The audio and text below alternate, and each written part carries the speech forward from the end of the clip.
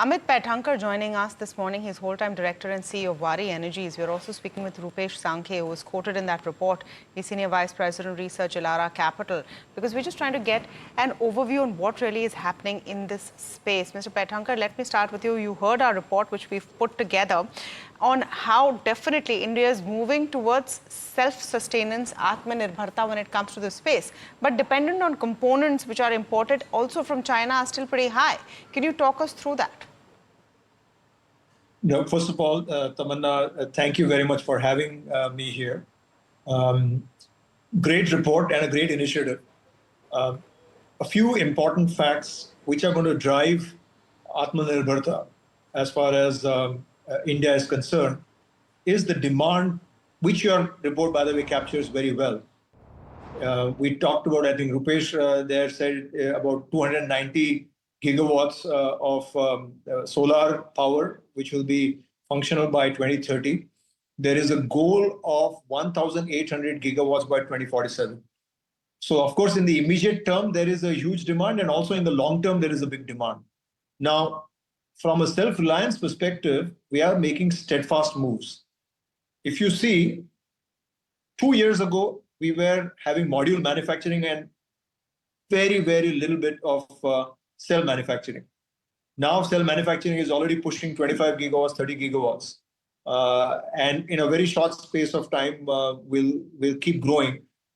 The government has clearly mandated ingots and wafers to be manufactured in India as well.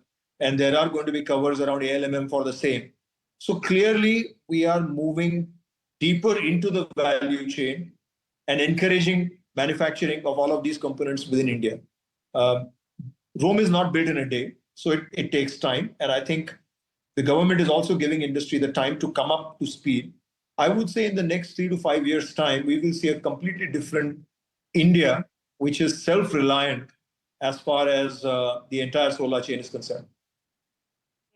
So, in fact, overall, if you have to talk about the companies as well, the expansion plans have been really pretty aggressive. Rupesh, let me come to you on this one. India is looking to become a major solar manufacturing hub. Target is 160 gigawatt of solar module capacity. Now, taking the imports into consideration, what is the kind of opportunity that the companies are sitting on right now if you're looking at an import substitution? Yeah, definitely. Good morning. And if you look at the target capacity addition by 2030 on the renewable energy side is 500 gigawatt. And currently, renewable energy, including hydro, is close to 220 gigawatt. So definitely potential is there. And if you look at the value chain, like solar module capacity is just 105 gigawatt, and the solar cell is 25 gigawatt, and we have all the supply side policy measures there from the government to protect or encourage domestic solar cells and module manufacturing capacity. So definitely in the near term, the renewable energy, because of green transition, and the peak demand, which is currently at 220 gigawatt, is expected to reach around 330 gigawatt by 2030. So clearly, and the peak deficit is close to zero as of now. So clearly, all this capacity addition opportunities is clearly visible there. And all the companies with a strong balance sheet, good expertise in the entire value system are getting benefit out of it. So next 3 to 4 years, we clearly see these companies will enjoy the high margins, high order inflows, and stand to get benefit from this.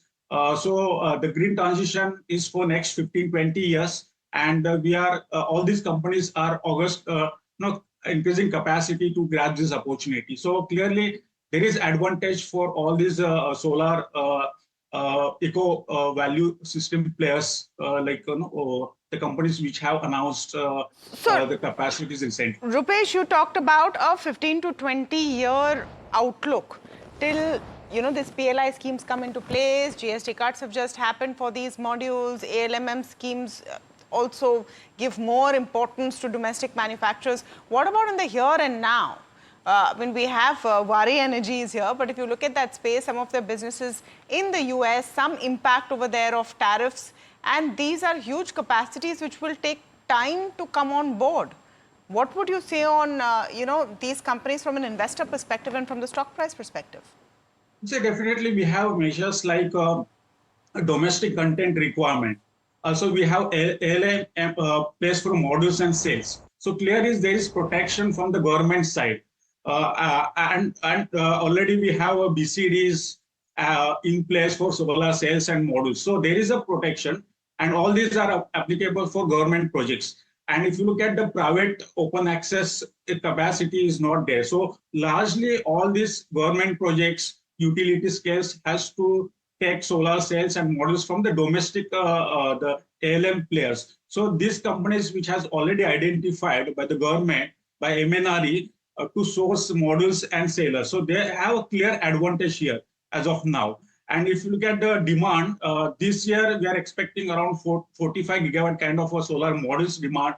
Next 2 years, around annually on a 60 gigawatt kind of solar module demand. Cell side, we are not reaching to that capacity in the near term, and it takes time to stabilize the solar cells and module capacity. Even if nameplate capacity looks like a high on the higher side, but stabilization takes very difficult. So maybe 3-4 years, this company will continue to enjoy a higher utilization, higher margins. But 4-5 years down the line, when the solar modules capacity will reach close to 180-190 gigawatt and solar cells by 100 gigawatt, there might be some pressure on these companies to maintain the same kind of ROEs or margins they are getting right now. But eventually, it's a cyclical, you can say. Rupesh, that's a very important point that you make right now. And in fact, let's ask Amit this. Amit, beyond that FY 29-30 kind of a picture, how do you expect that margin sustainability to come in? Because as Rupesh is mentioning as well, there could be challenges. Competition will intensify then as well. And the potential overcapacity in the market, given all players are expanding, what is the view on that aspect? Great.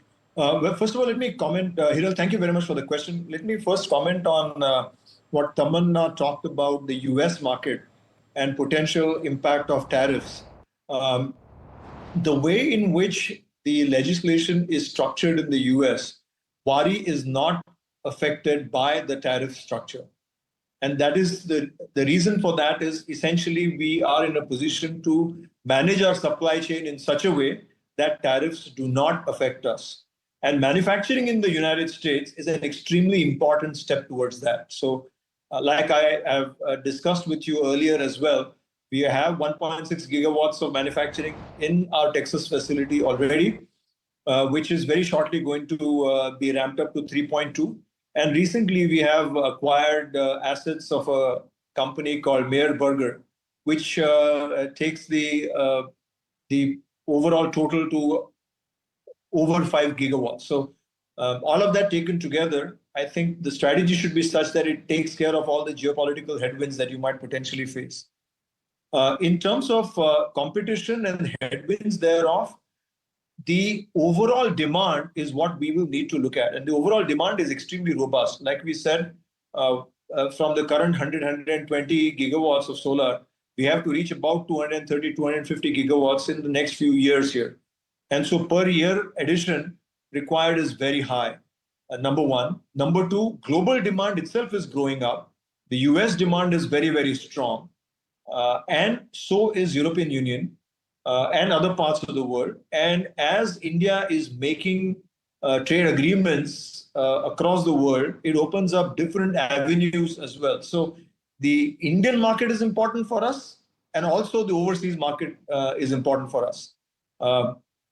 So taking all of that, I think it is going to be a good game where many strong players can participate. And finally, what matters is how do you deliver goods to the customer? What is the quality of the goods, especially solar modules? Well, you and I have spoken about this before, and you've talked. The problem is that the decisions that are being made are not logical. I'm going to say this Very clearly. I understand what you're saying. They need your modules. It makes sense. They will incentivize, but the decisions that are making thus far are not logical. As a, as a corporate, do you want to continue to invest in the business in that geography is the simple question, where there is no clarity and we've been going back and forth on months. The important part is the market and our order book. And is there any letting up on that? And that is not the case. Okay. Right. Is there business there? And are we continuing to do business there? And are we earning margins? The answer to all of those questions is an absolute yes. And so therefore, US therefore is a very, very important market for us and will continue to be an important market for us. Well, hopefully all the turbulence that we're seeing right now will be short-lived. It's not been going away for the last several months. We've been having these conversations since April, but yes, that confidence definitely comes through. So thank you for that, Mr. Amit Paithankar there. Rupesh Sankhe speaking about the entire space, and that's, you know, a deep dive that we've done on it. But